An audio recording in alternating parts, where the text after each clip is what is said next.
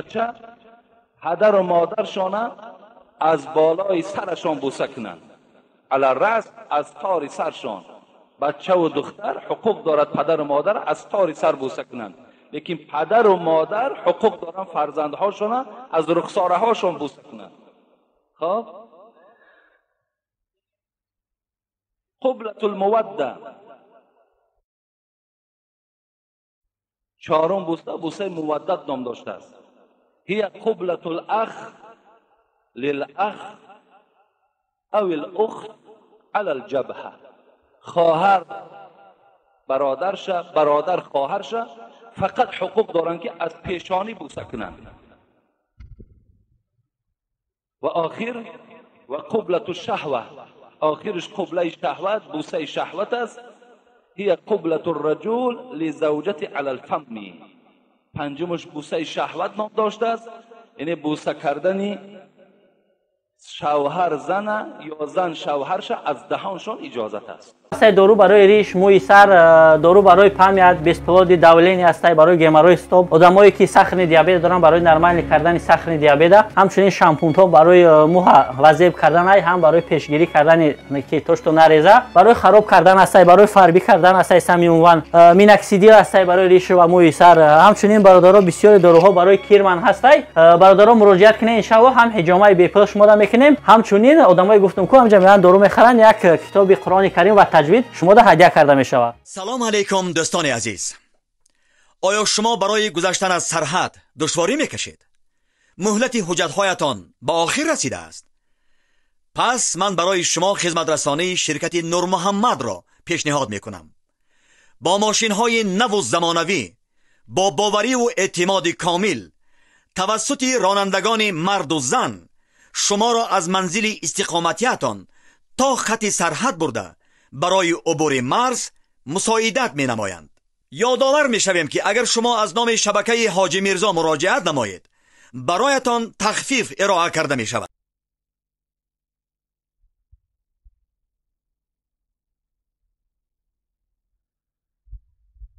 حمد به حد، ثنای به اعداد، بر خدای که نوری ایمان داد. غافر است و رحیم و رحمان است، پاک از عیب و شرک و نقصان است. صلوات خدای هر ساعت بر رسولی که هست ذو طاعت. نام پاکش محمد عربی صلی الله علیه و سلم، راهنماینده بزرگ و سبیس. اللهم صل علی محمد و علی آل محمد. پیش از آنه که جمعه امروزه را، موعظه امروزه را آغاز کنیم، یک جایه با شما دعا میکنیم که اولا پروردگارا برای ما بندگانت خوب گوش انداختن را و خوب و این گوش کرده ها عمل کردن را برای ما موفق بگرداند. و خدای مهربان تا جمعه دیگر مکفرات ما بینهن گفت، حبیبی خدا گفتند از جمعه تا جمعه هر یک گناه شما را پروردگار مغفرت می‌گرداند. خدایا در این مدت یک هفته ای که از ما سهو و لغزش ها و گناه ها سر زد، خدایا با فضل این روز جمعه مغفرتش بگردان. و خدایا این جمعیت ما را عمر دراز نصیب بگردان، توفیقشون را رفیق بگردان. محبت ذات خودت را، محبت حبیبت را، محبت قرآن و اسلام را خدایا در دل این بندگانت باز هم زیادتر جایگیر بگردان و ما را همراه اهل عیالمان اهل هدایت بگردان، دوستداری تمامی مسلمان های روی دنیا بگردان. و خدایا امروزها عبادت هایی که میکنیم خالی از سهو و خالی از نقصان نیستند. خدایا به درگاهت قبول بگردان. و خدایا بهترین نعمت که این آرامی هست در این جمهوری ما، خدایا آرامی را بر دوام و برقرار نگه بداری. و سرور دولت ما که برای بهبودی این ملت تاجیک، برای پیشرفت این تاجیکستان مهنت ها دارد، کوشش ها دارد که ما با چشم دیده ساده ایم. خدای ایشان عمر دراز و تن صحت و توفیق با رفیق نصیب بگردان. اللهم اعین علی ذکرک و شکرک و حسن عبادتک برحمتک یا ارحم الراحمین.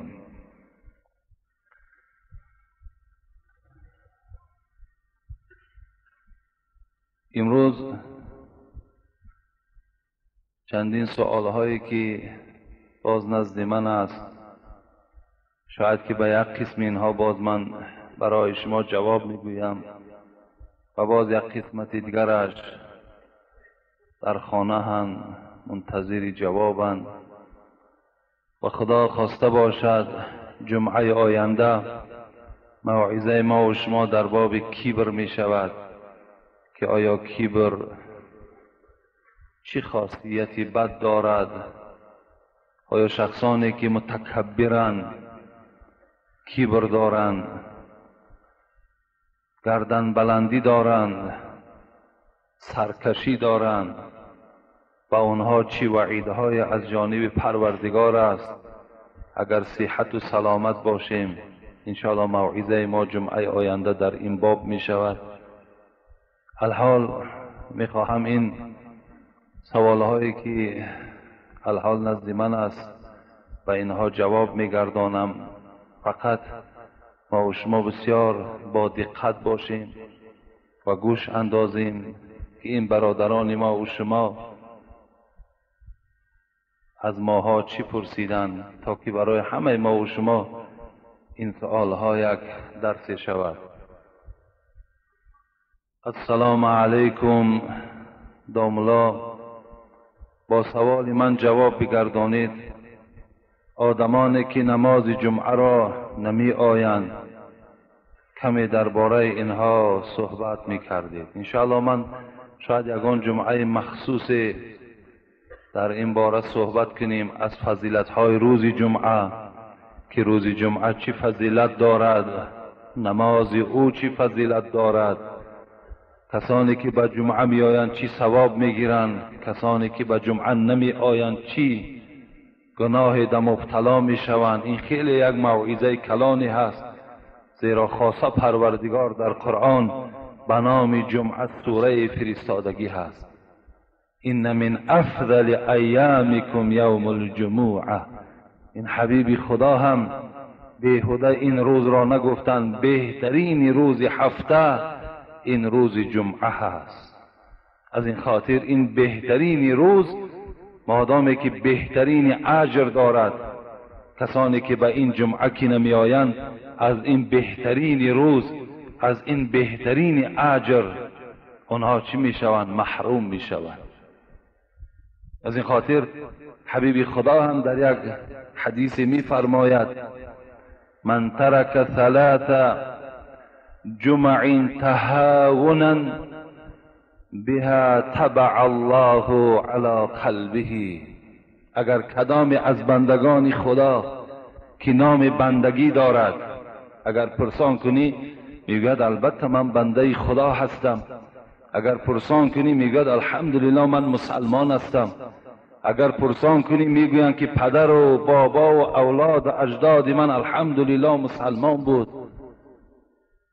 اگر این گونه بندگان گفت پیغمبری خدا، سه جمعه را اگر ترک کنند تهاونن، اگر تهاونن از روی تنبلی از روی ناخوشی، از روی که راه من دور است یا دیگر سببها را اگر پیشه کنن نه آمدن، طبع الله علی قلبه، پیغمبری خدا گفتند که در این دل بنده پروردگار یک مهر سیاهی را میزند.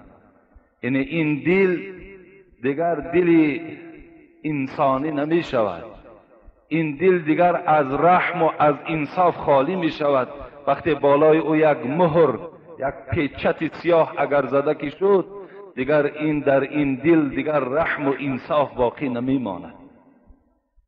از این خاطر انسان هایی که اگر 3 جمعه را اگر تهاونن پی در پی ترک میکنن، اهمیت نمیدهند، بی پروایی میکنن، شاید که گرمی سوداشان اونها را نگذارد، شاید که سردی روز، خنکی روز اونها را نگذارد، یا شاید که تنبلی در وجود اونها پیدا شد و اونها نآمدن، یقین دانند که پیغمبری خدا گفت مهر در دلهای اونها زده می شود. این مهر کار حاصل نیست. ان ابعد الناس من الله القلب القاسی، حبیبی خدا گفت دورترین بنده از رحمت پروردگار کسانی هستند که در دلهای اونها مهر زدگی هست. اینا از رحمت پروردگار به نهایت دور هستند. خداوند به اینها هیچگاه نظر رحمت ندارد. در یک هفته یک بار، در دوام 1 ساعت تصور کنین که حبیبی خدا میگوید الصلوات الى الصلاة، الصلاة الى الصلاة، الجمعة الى الجمعة، الرمضان الى الرمضان، مكفرات ما بینهن اذا اجتنبت الكبائر. این پیغمبر خدا چی میگوید؟ میگوید وقتی که اگر بنده خدا یک نماز میخواند تا نماز دیگر، یک جمعه را میخواند تا جمعه دیگر، آن سهو و لغزش هایی که دارد همش پرورده. از عزیزان ما و شما همون سامانیه ها را حرام گفتند، همون سامانیه هایی که در حالت نماز جمعه فروخته میشوند، همون سامانیه ها را عزیزان ما و شما را کتاب میگوید که وای به حرام مبدل گردانیدن. بسیار نیک می شود که اگر شما از این جمعه ها برخوردار شویم. السلام علیکم داملای شیرین سخن. خوب می شد که یک جمعه در موضوع رضاع صحبت می نمودید، زیرا که اکثر مردم از مسئولیت آن بیخبرند و این باعث سر زدن گناهان زیاد می شود. با احترام مخلص دائمی شما از خواجگی امیر شایب. انشاءالله من گپ می زنم در این باب رضاع.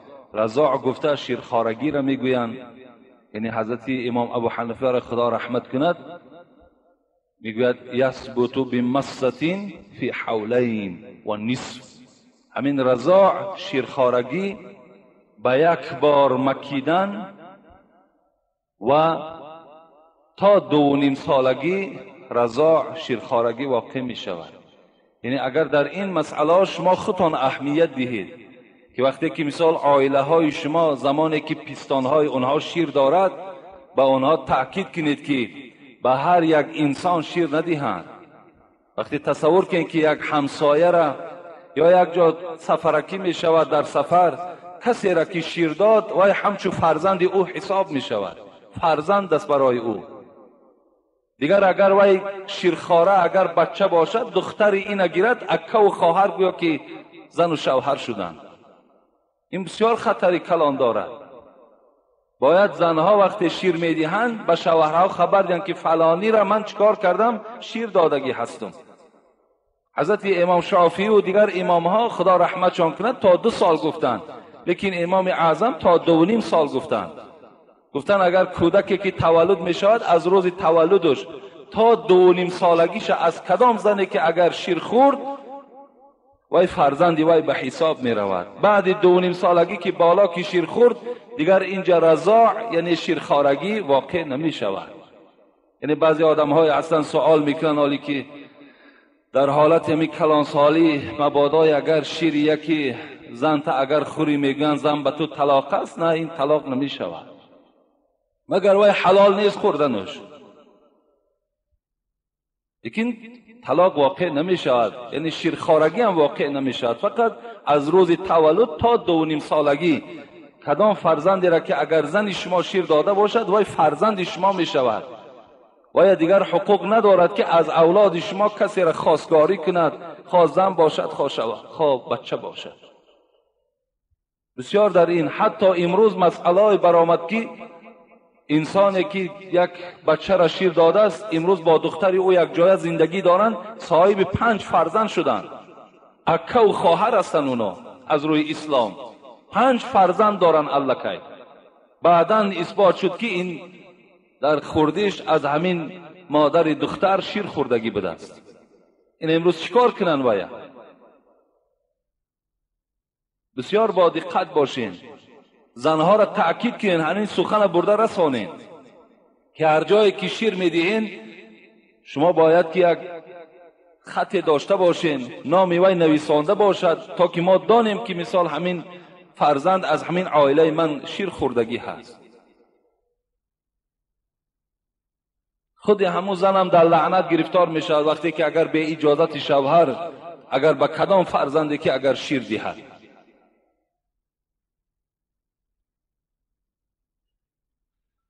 السلام علیکم داملای عزیز، آیا غسل روز جمعه واجب است یا سنت؟ زیرا که در یک حدیث که ابو سعید خدری روایت میکند میگوید که پیغمبر ما غسل روز جمعه را واجب گفته است. یعنی حدیث ابو سعید خدری رضی الله عنه که روایت میکند از حبیب خدا، در اصل پیغمبر چی گفتن؟ گفتن غسل یوم الجمعه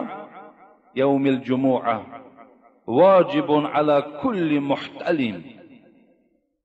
این حدیث متفق علیه است، راویش ابو سعید خدری است. پیغمبر خدا گفتن محتلم گفته آدم بالغ میگن، بر هر یک آدم بالغ آبازی کردن روز جمعه واجب گفتن، واجب است. لیکن محدثا المراد من الوجوب الاختیاری گفتن، مراد از این واجبه که پیغمبر گفته است واجب اختیاری است، واجبه که ضرور امر کردگی نیستند.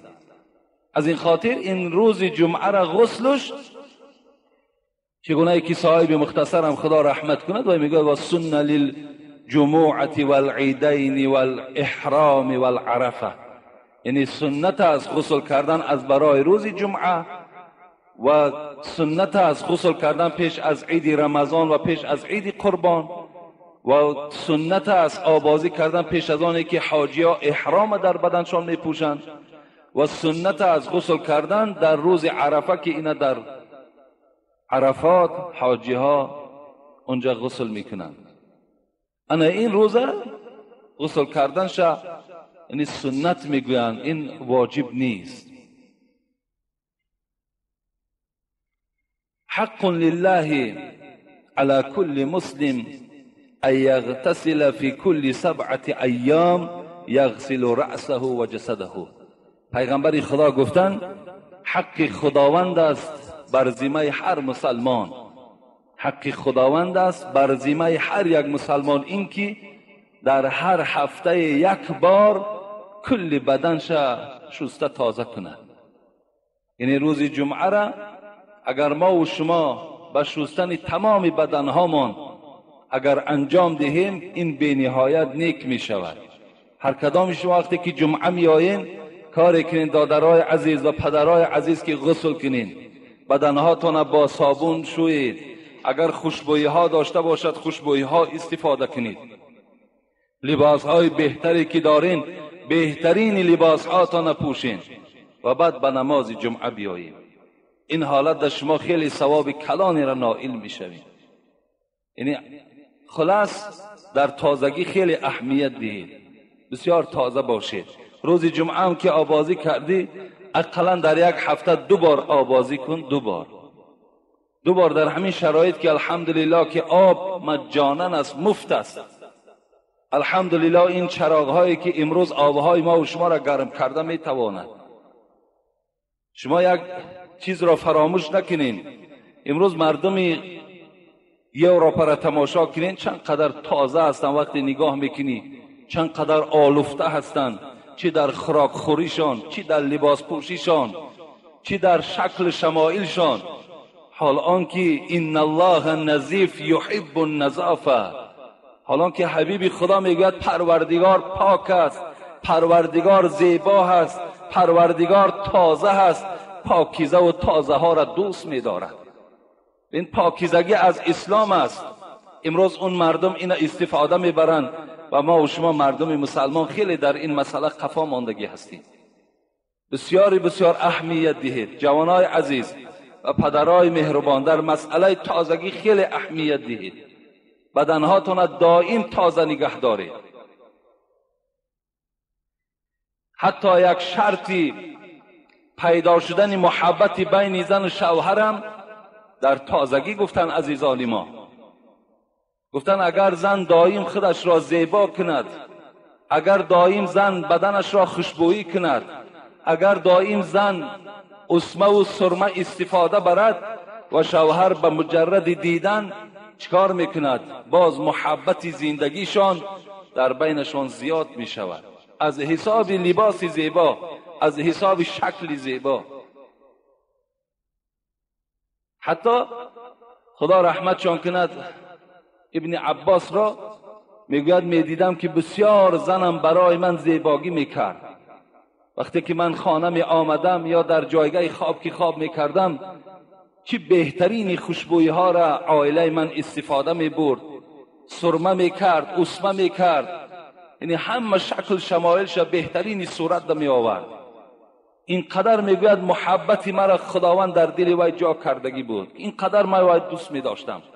لیکن من از حساب آن که زن من که این گونه بود، خودم را مثل زنم منم زیبا میکردم، منم پاکیزه میکردم، تا که در بین هر دو ما محبت پیدا شود. بسیار اهمیت دید. در بدنتون اهمیت دادین، در لباستون اهمیت دادید، حتی در همون کرپچه هایی که در خانه می نشین همون آدم اهمیت دهید. حتی در خانه ای که شما خواب میکنید در همون هم اهمیت دهید. بسیار خلاصی گپ، بسیار آلفته باشید، بسیار تازه باشید، زیرا تازگی از اسلام است. در همه اطراف خانه نظر کن. در بعض خانه ها این جای طعنه کردن نیست، جای منت گذاشتن نیست. وقتی رفته باور کن طعام میخوریم، همون دستمالی که در دست ما میدهند که دستهامون پاکیزه کنیم، باور کن از بوی بد ویا دیگر دست مالیدش نمیتانی. چندقدر یک بوی بد در همون دستمال ها وجود دارد. اینقدر خراجات ها میکنیم، لیکن یک دستمال همون تازه پاکیزه را پیش یک مهمان در گذاشتن نمیتونیم. حالا که حبیب خدا میگوید من کان یؤمن بالله والیوم الاخر فلیکرم ضیفه. شما اگر ایمانی بر خدا داشته باشین، ایمانی بر روز قیامت داشته باشین، مهمان هاتون احترام کنید. همین است احترام، احترامشون کنید. چی از خیر خدایی هایی که داریم، با یک دستمال یک معرکه کلان ما و شما میگذرونیم. وقتی خراجات اگر خوراکه هامون حساب کنیم به 2000 و 3000 سامان میرسد، لیکن برای دستمال خریدن که با تمام همون معرکه را اگر ما یک دانه خریم شاید 50 سامان 100 سامان ده همش ده کفایت کنه، شاید حالا از این هم کمتر می شود. اینا ده اهمیت دید. امروز عصری نو است. امروز دیگر در زیر کش تازه کردن و در جلک مالیدن و در ریش مالیدن گذشت. امروز مدنیت است. امروز پیشرفت کردن در کار. بسیاری بسیار اهمیت دید در این مسئله ها. اینا هم از اسلام هستند، اینا هم مسئله شرعی هستند.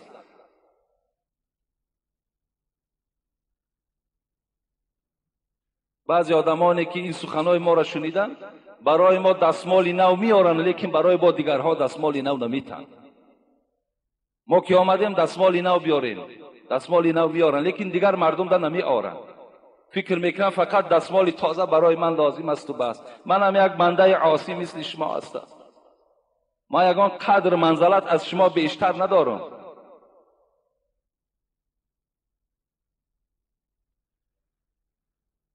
السلام علیکم داملا اکای حاجی مرزا. در نماز جمعه برای چی 2 بار اذان گفته می شود؟ این اذان اصلا در دوره های پیغمبر 1 بار بود، در دوره های حضرت ابوبکر صدیق هم 1 بار بود، در دوره های حضرت عمر هم خلافتش 1 بار بود. لیکن وقتی انبوه مردم که خیلی زیاد شد، الکه دوره های حضرت عثمان در کتاب ها میگوید که 2 اذان شد. 2 اذان شد. یکم اذانش برای چی بود؟ اذا نودی للصلاة من یوم الجمعه فاسعوا الى ذکر الله وذروا البیع. یکم اذانش همین است که وقتی اذان یکم که گفته شد، ترک باید دکانها درهاش بسته شود، کارهای دنیایی همه ترک کرده شود. اذان دوم که گفته شد باید که الکه در نماز اونها قایم باشد. این یکم اذان گویم ساده کرده گویم این آگاهی هست. آگاه باشید که عبادت پروردگار شروع می شود. کارهایی که دارین کارهاتون ترک کنین، طهارت کرده به مسجد حاضر شوید. و دوم اذانش الکه از اقامت صلات، یعنی از شروع نماز خبر می دهد. نماز تراویح اساساً چند رکعت است؟ مخلصان شما از امام تعریفی التماس جواب پورا دهید. نماز تراویح اصلا نزد عقیده من 20 رکعت است. 20 رکعت است. این یکی از سنت های حضرت عمر است. پیغمبر خدا گفتن علیکم بالسنت و سنت الخلفاء الراشدین و سنت الخلفاء الراشدین و عزوا علیها بالنواجذ. با سنت های من چنگ زنید و با سنت های چهاریار من چنگ زنید. از این خاطر اینم یکی از سنت های حضرت عمر است. از این خاطر 20 رکعت نماز در تراویح نزد ما و شما سنت است. همینش برای ما و شما بس است و کفایت کننده است. اون در بعض مسئله هایی که نسبت این تراویح اختلاف ها میراد، اونش ما کار نداریم. اوناش رویه ما نیست، اونا با مذهب ما نیست. برای ما و شما هم 20 رکعتش کفایت میکنه.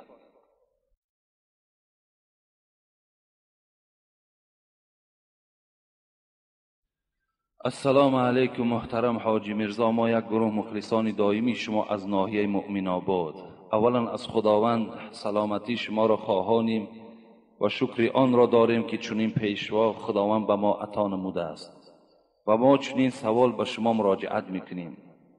دوره کردن میت درست است یا نه؟ دوره کردن ما یک بار گفتیم که وقتی که ما و شما پیش از جنازه کردن دوره میکنیم، دوره اصلا نه در آیت آمده است نه در احادیث های پیغمبر. من در هیچ مسئله دوره کردن را ندیدم، در یگان کتاب از این خبرم نه آمده است. لیکن حتی خطا بودن و نادرست بودن دوره هم خودش معلوم است. خودش معلوم است. اگر با شرطی که همون مرد یا همون زنی که مرده است، ما در حالت دوره میگوییم بعضی را ادا کرده است و بعضی را قضا کرده است. اگر همون تماما نخوانده باشد، الله که یعنی من شاهدی داده استم که وای بعضی را ادا کرده است، دروغ گفته ایستاده است، وای نخوانده است. بعضی را ادا کرده است و بعضی را قضا کرده است. اکنون که ندای پرصدای ارجعی الی ربک راضیه مرضیه به گوش این بیچاره رسیده است، به سبب موت از ادای آن عاجز آمده است. این ما و شما در دوره میگوییم. لیکن اگر مبادا وی نماز نخوانده باشد، من میگویم بعضی را ادا کرده است، آیا این دروغ نیست؟ یا بعضی را قضا کرده است. اگر قضا کرده باشد وی در نزد خدا عاصی و رسیا است. چرا نماز قضا کرد؟ چرا خراخوری را قضا نکرد؟ چرا پول جمع کنی را قضا نکرد؟ چرا راحتی دنیا را قضا نکرد؟ چرا تمام معیشت دنیا را قضاش نکرد و نماز قضا کرد؟ چرا؟ این سوالی هست از نزد پروردگار برای او بنده می شود که چرا به همه کار دنیایی رسیدی قضاش نکردی؟ چرا نماز قضا کردی؟ در قضاشان در نزد پروردگار گناهگار است، در نخواندنشان در نزد پروردگار گناهگار است. حبیب خدا گفتن لا سهم فی الاسلام لمن لا صلاة له. بی قدرترین به شرفترین به ناموسترین مردم در امت من آن کسانی هستند که نماز نمیخوانند. این به قدرترین انسان در روز قیامت است. برای همین اون گندمی که ما میاریم در یک طبق میگذاریم، من نمیدونم باعث چی باشد. حالا که گندم برای فدیه صوم صلات ما داریم، دلیل ها داریم که فدیه دادن در کار برای ترک نماز و برای ترک روزه. یعنی اگر مبادا یک شخصیت از دنیا گذشت، در کدام حالت فدیه میتیم؟ فدیه نماز 2 کیلو گندم است. یعنی اگر مبادایی که یک پدر نماز بامداد خوانده نتوانست، به خاطر چی؟ به خاطر شرایط بودنش نه، بلکه در حالت بیهوشی بود. انا در همین حالت اگر نماز از او فوتید یا نماز پیشین هم از او فوتید و در نماز عصر اگر قضا کرد، او در حالت بیهوشی از دنیا گذشته بود. انا برای نماز بامداد و نماز پیشینش مثال فرزند همون 4 کیلو گندم فدیه صلات میتن. برای 2 نماز از پدرش در حالت بیهوشی گذشتگی است.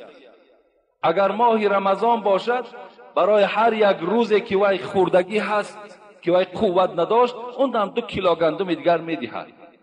یعنی وی با عذر نمازش نخواند، خیلی بالای پا بود یا کار دنیایی در مشغول بود، یک بارا جان داد و بعد 1 سال 2 سال نماز نخوانده باشد، اگر ما 1 تانه گندم هم که دوره کنیم وی فایده نمیکنه. 1 تانه گندم. این عقیده اصلش انا همین است. اگر مبادا در بین شما یگان ملا باشد یا یگان کتاب دلیل داشته باشید، برای من در خط نویسید، من در بین این مردم باور که دلیل تر خوانده میتونم. لیکن من الحمدلله با تمام مسئولیت میگم تو دلیل نداری، هیچ دلیل نداری، نیست در یگان کتاب، وجود نداره. اینا من برای اون میگم که تا که شما آگاه شین که همین چیز صحیح نیست. من برای تحقیر کردن دامله های پیش نمیگم، فقط برای اون میگویم که این از اسلام نیست. مگر این پیدا شد به مرور زمان باشد، عادت چیزی شد پیدا شد.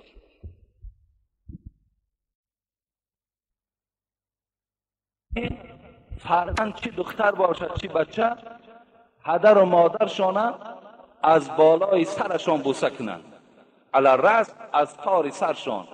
بچه و دختر حقوق دارد پدر و مادر از تار سر بوسه کنند، لیکن پدر و مادر حقوق دارن فرزندهاشون از رخساره هاشون بوسه کنند. خب قبلة الموده، 4م بوسه مودت نام داشته است. هی قبلة الاخ للاخ او الاخت علی الجبهه. خواهر برادرشه، برادر خواهرشه، فقط حقوق دارن که از پیشانی بوسه کنند. و آخر و قبلة الشهوه، آخرش قبله شهوت، بوسه شهوت است. هی قبلة الرجل لزوجته علی الفم. 5مش بوسه شهوت نام داشته است، یعنی بوسه کردن شوهر زن یا زن شوهرش از دهانشان اجازت است، فقط برای شوهر و زن. این 5 نمود بوسه را گوش کردین، از این زیاد کم نکنین دیگر. آن چیزی که این عزیز ما و شما برای ما و شما رخصت دادن، همش در زیر حدیث است. حتی در مشکات هم باب بوسه کردن رسول اکرم فاطمه را آمدگی هست و فاطمه پدرش هم بوسه کردگی هست، آمدگی هست. بوسه کردن رسول اکرم جعفر تیار برادر حضرت علی را آمدگی هست. از این خاطر این دلیل هایی که من برای شما میخوانم همه اینا در زیر حدیث هستند. از این دیگر زیاد و کم نکنید.